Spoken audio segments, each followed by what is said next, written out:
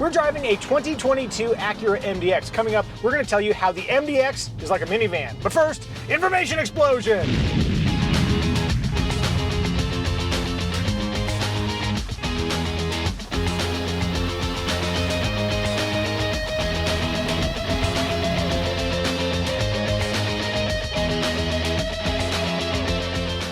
For those who don't know, the MDX is a 3-row premium SUV. What better place to start than interior?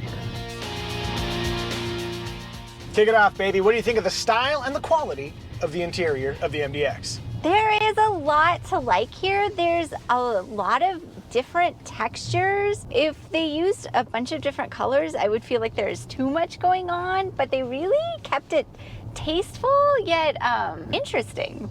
The only part I don't like is all this shiny plastic that's covered in dust and fingerprints. Do you dislike black plastic? If so, tell us in the comments. From a layout perspective though, I really have gotten used to the push button transmission selector and the mode selector for drive modes right here. I kind of like that they've made it a little bit of a centerpiece.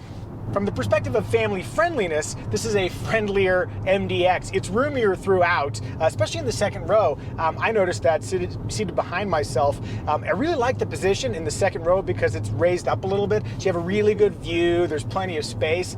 The third row is a little bit tighter. It's bigger than the previous MDX, but it's not big. If you have an adult back there, they're gonna probably complain, especially if they're me. Great for kids though. Any issues getting our kiddo in and out? No, there were not latch flaps, unfortunately. Oh, we just like saying latch flap. You don't have to have one, but I do like saying it. Actually, what's there is perfectly acceptable. The plastic covers that you just pull off, which makes them very accessible. It was really easy for her to climb in, so it's not too tall. And one thing that makes it even easier to get aboard is that they've got these standard push-button second-row seat slide functions so that you just push a little button with your tiny little hand and the seat goes right out of the way. Normally I save the tease for later in the video, but we're gonna dive right into it. How is the MDX like a minivan? You can remove the middle second row seat. That's the kind of thing that we got very used to doing when we had a long-term Honda Odyssey, Kelley Blue Book. Take that middle seat out, it makes it really easy to get to the third row. And so you can do the exact same thing here, it just pops right out. Did you have a chance to check out the cargo area? I did. It seemed fairly generous Yes. for a 3-row passenger vehicle. Totally, 16.3 cubic feet behind the third row, and if you flip down the third row when you don't need it, you have a ton more space. There's also another extra 1.8 cubic feet underneath the cargo floor, and that cargo floor is kind of cool too, because on one side it's fuzzy, but if you're doing your standard Evie Muzio gutting fish on the weekends thing, it's not a thing she actually does. Not a thing I do. Refer to a previous video.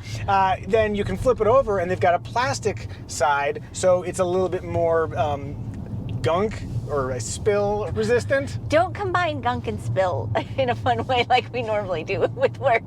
Why? I'm not getting it. Just in the nick of time, Sensi. We gotta cut that out. No, we're not cutting it out. If you know what she said, tell us in the comments. Overall, the interior is really practically designed. It's very livable. It's not just fancy pants, but it's a really usable space. Rear window test. Yay, all the way down. All the way down. Armrest test. So here I am in a comfortable 8 and 4, and my elbows do indeed sit on both perches, inboard and outboard, with relative ease.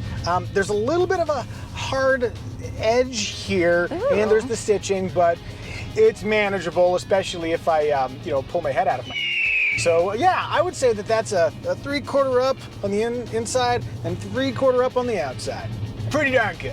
Hey, have you subscribed to our channel? If you haven't, please do. At 100,000 subs, I'm going to review a windowless white van. Style!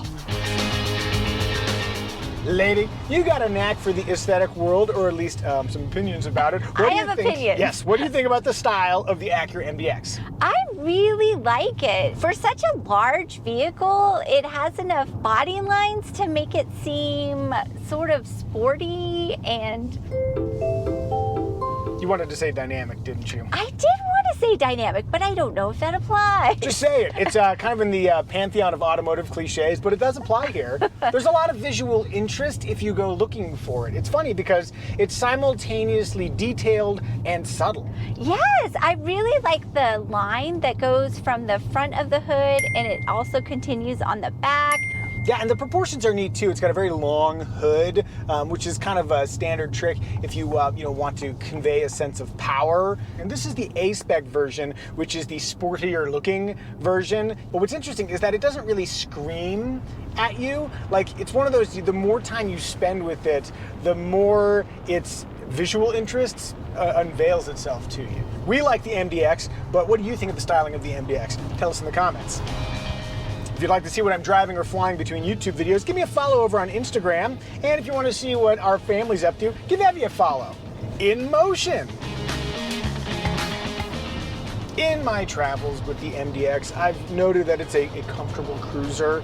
It does the job of commuting well. The powertrain is maybe a little bit more interesting to me. I've had a couple of moments where from a stop, if you floor it, every once in a while, there's this hesitancy to deliver power. It actually happened earlier. Go to the tape. Any issues getting our kiddo in and out? No, there were not black flaps, unfortunately. You can't tell because I was so on target with talking, but as I was making a left and there was a car coming, I floored it and nothing happened for a beat. Uh-oh.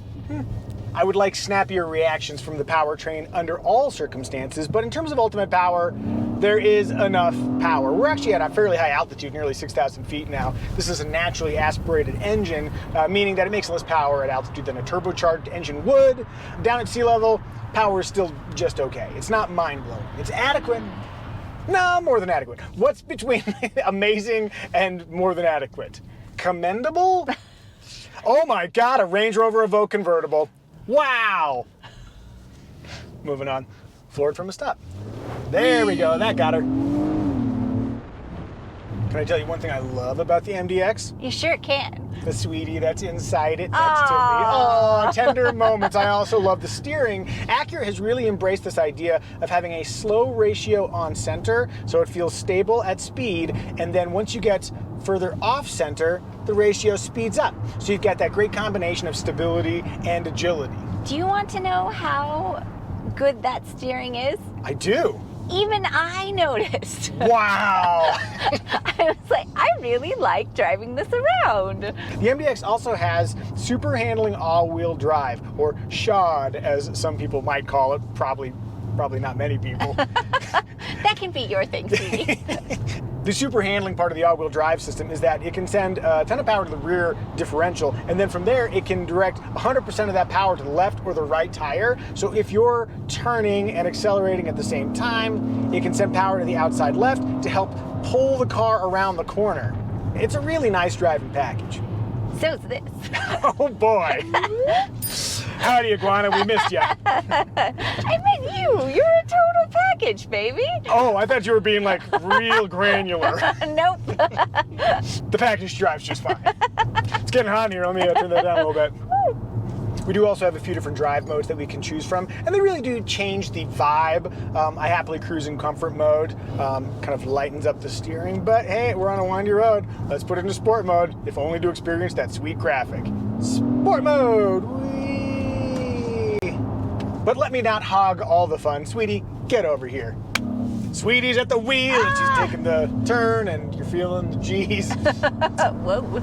You like driving this thing, huh? I do. It's really fun to steer it, and it feels like it has enough power for me, although I don't require a lot from my vehicles. How's visibility for you? Visibility is a little bit tough, especially with a kid in the back seat. If the car seat wasn't there, I'd be able to see out the back window better. That's a common problem with SUVs, not specific to Acura, but just loading it. Over my left shoulder, I have a hard time seeing because of that thick pillar back there. When I was seated there, I'm further back, so I could see just fine. But where you are, because you're a little bit further forward, it's right in your field of view. So if you're sweetie height, visibility might be a little bit more of an issue. If you're more of a Micah Muzio type, then not so much. And just for funsies, because we've got a little open stretch here, needless full throttle acceleration. Whee! It sounds good. What's the power of a V6, baby? Wow. Nice. All right, I'm getting back in the driver's seat. So the little one isn't impressed with how Sweetie drives, but I thought you did great. Thanks. Overall, the MDX is a really nice driving vehicle. I enjoy it in many ways. With my hands, with my heart, and with my butt. Aw. Let that phrase be my legacy. Moving on very quickly, emotion factor. Sweetie, do you think there's an emotion factor to the Acura MDX? Absolutely, especially in driving it. It doesn't feel like you're in a big SUV. It hides its mass well. You don't want to just go around showing your mass. Oh. If you're feeling emotionally drawn to buy an Acura MDX of your very own, click the Kelley Blue Book listing link in the description below. Remarks!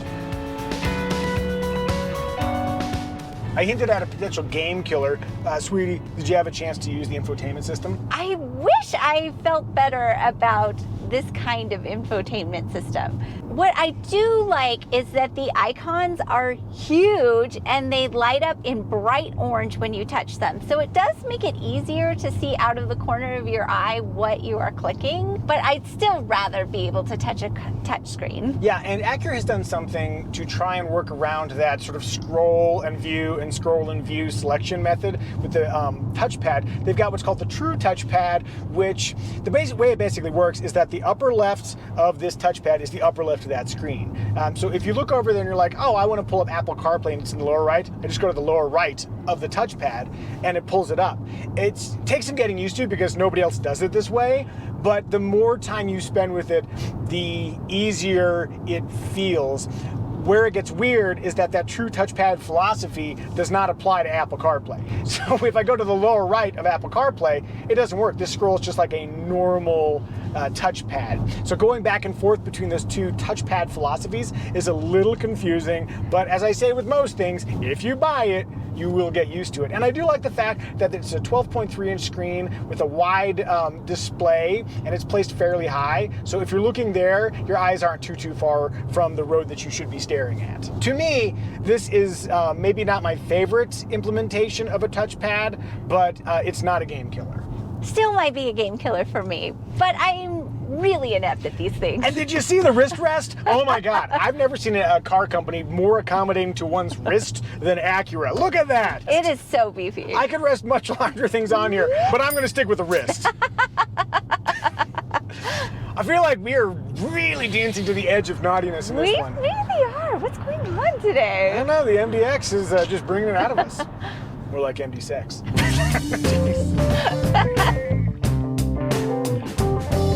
On an unambiguously positive note, let me quickly talk about value. The base MDX includes a panoramic sunroof, heated front seats, you've got smart key access, you've got a digital gauge cluster. There are all these things that in a lot of other vehicles you'd have to pay extra for, and they just come standard. So I really love it when you have a vehicle that you could buy the absolute cheapest version of and be completely happy with it. I don't know how many times on this channel I've had to prattle on about the ergonomic wonders of an Acura steering wheel. It started with NSX, it continued with TLX, and here I am in MDX, and oh, it's good. There's this indentation on the back, so your fingers wrap around. It's like it's perfectly molded to a human hand, and if you think about it, shouldn't all steering wheels be like that? It's a pretty good idea. Another standard feature is AcuraWatch. It's a complete suite of active driver assist, including full-speed adaptive cruise control and lane keeping assist. I will just note that the lane keeping assist, through some personal experiences, there have been a couple of occasions where in a corner where it's correcting, it'll just kind of stop working. Ooh. When you have those little failures, though, it just reminds you that you really do need to be attentive as a driver, even if technology is helping you out. I should also note that there's an Acura MDX Type S coming, which has the same 3-liter turbocharged V6 that's in the TLX Type S. That's 355 horsepower, 354 pound-feet of torque, Brembo brakes, SH-AWD. It's the whole performance package. Lastly, let's talk about the competitors. Sweetie, can you tell me some competitors for the MDX? The GV80? Yes, from Genesis. In fact, we did a whole review on it, and we really liked it too.